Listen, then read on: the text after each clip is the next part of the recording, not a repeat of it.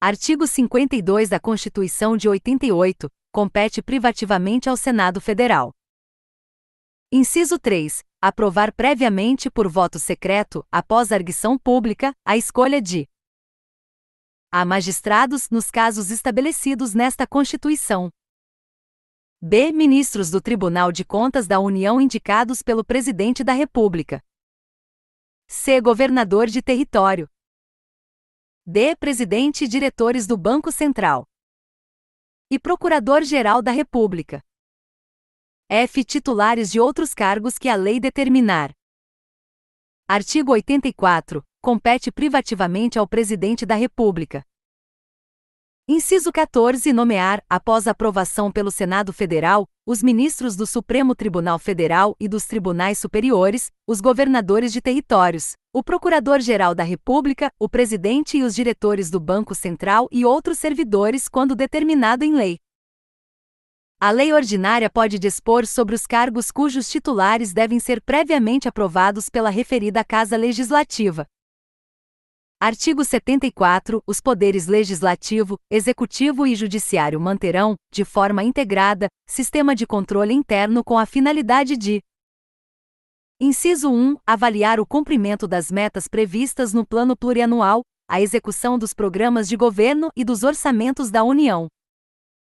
Inciso 2. Comprovar a legalidade e avaliar os resultados, quanto à eficácia e eficiência da gestão orçamentária, financeira e patrimonial nos órgãos e entidades da administração federal, bem como da aplicação de recursos públicos por entidades de direito privado.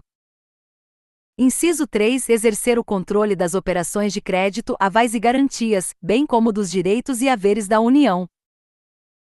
Inciso 4. Apoiar o controle externo no exercício de sua missão institucional.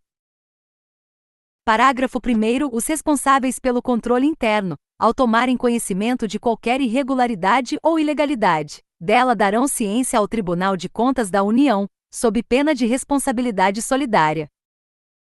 Parágrafo 2º. Qualquer cidadão, partido político, associação ou sindicato é parte legítima para, na forma da lei, denunciar irregularidades ou ilegalidades perante o Tribunal de Contas da União.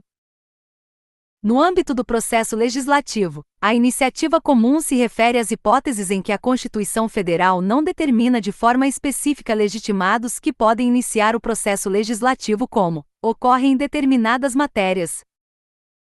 Artigo 61. Constituição Federal de 88. A iniciativa das leis complementares e ordinárias cabe a qualquer membro ou comissão da Câmara dos Deputados, do Senado Federal ou do Congresso Nacional, ao Presidente da República, ao Supremo Tribunal Federal, aos Tribunais Superiores, ao Procurador-Geral da República e aos cidadãos, na forma e nos casos previstos nesta Constituição.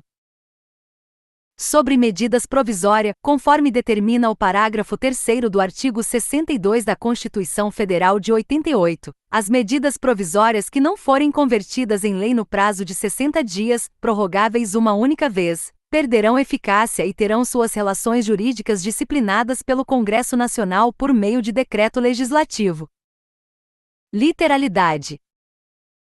Artigo 62. Em caso de relevância e urgência, o Presidente da República poderá adotar medidas provisórias com força de lei, devendo submetê-las de imediato ao Congresso Nacional.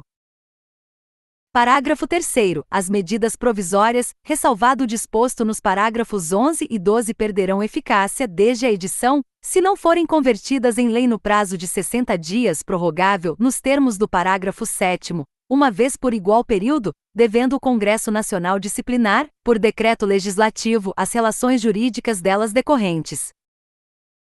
Artigo 84 da Constituição de 88. Compete privativamente ao Presidente da República.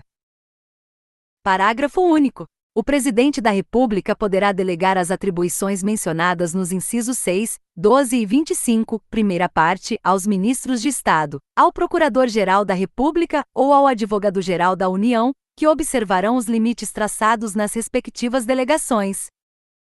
Inciso 6. Dispor mediante decreto sobre: Letra A. Organização e funcionamento da administração federal, quando não implicar aumento de despesa nem criação ou extinção de órgãos públicos. Letra B. Extinção de funções ou cargos públicos quando vagos. Inciso 12. Conceder indulto e comutar penas com audiência se necessário dos órgãos instituídos em lei. Inciso 25. Prover e extinguir os cargos públicos federais na forma da lei. Sobre CPI. As CPIs não precisam de autorização judicial, porque possuem autoridade própria para determinar: quebra de sigilo bancário, quebra de sigilo de dados, inclusive telefônico, quebra de sigilo fiscal. Atenção! As CPIs não possuem o poder de determinar a quebra do sigilo de comunicação telefônica, que é o procedimento chamado interceptação telefônica, por meio do qual é possível ouvir a conversa dos interlocutores. Seria inconstitucional uma lei que preveja a necessidade de autorização prévia da Assembleia Legislativa para a celebração de convênios pelo Poder Executivo. A previsão de recurso hierárquico direcionado ao Poder Legislativo para as decisões de indeferimento de licença ambiental pelo Poder Executivo.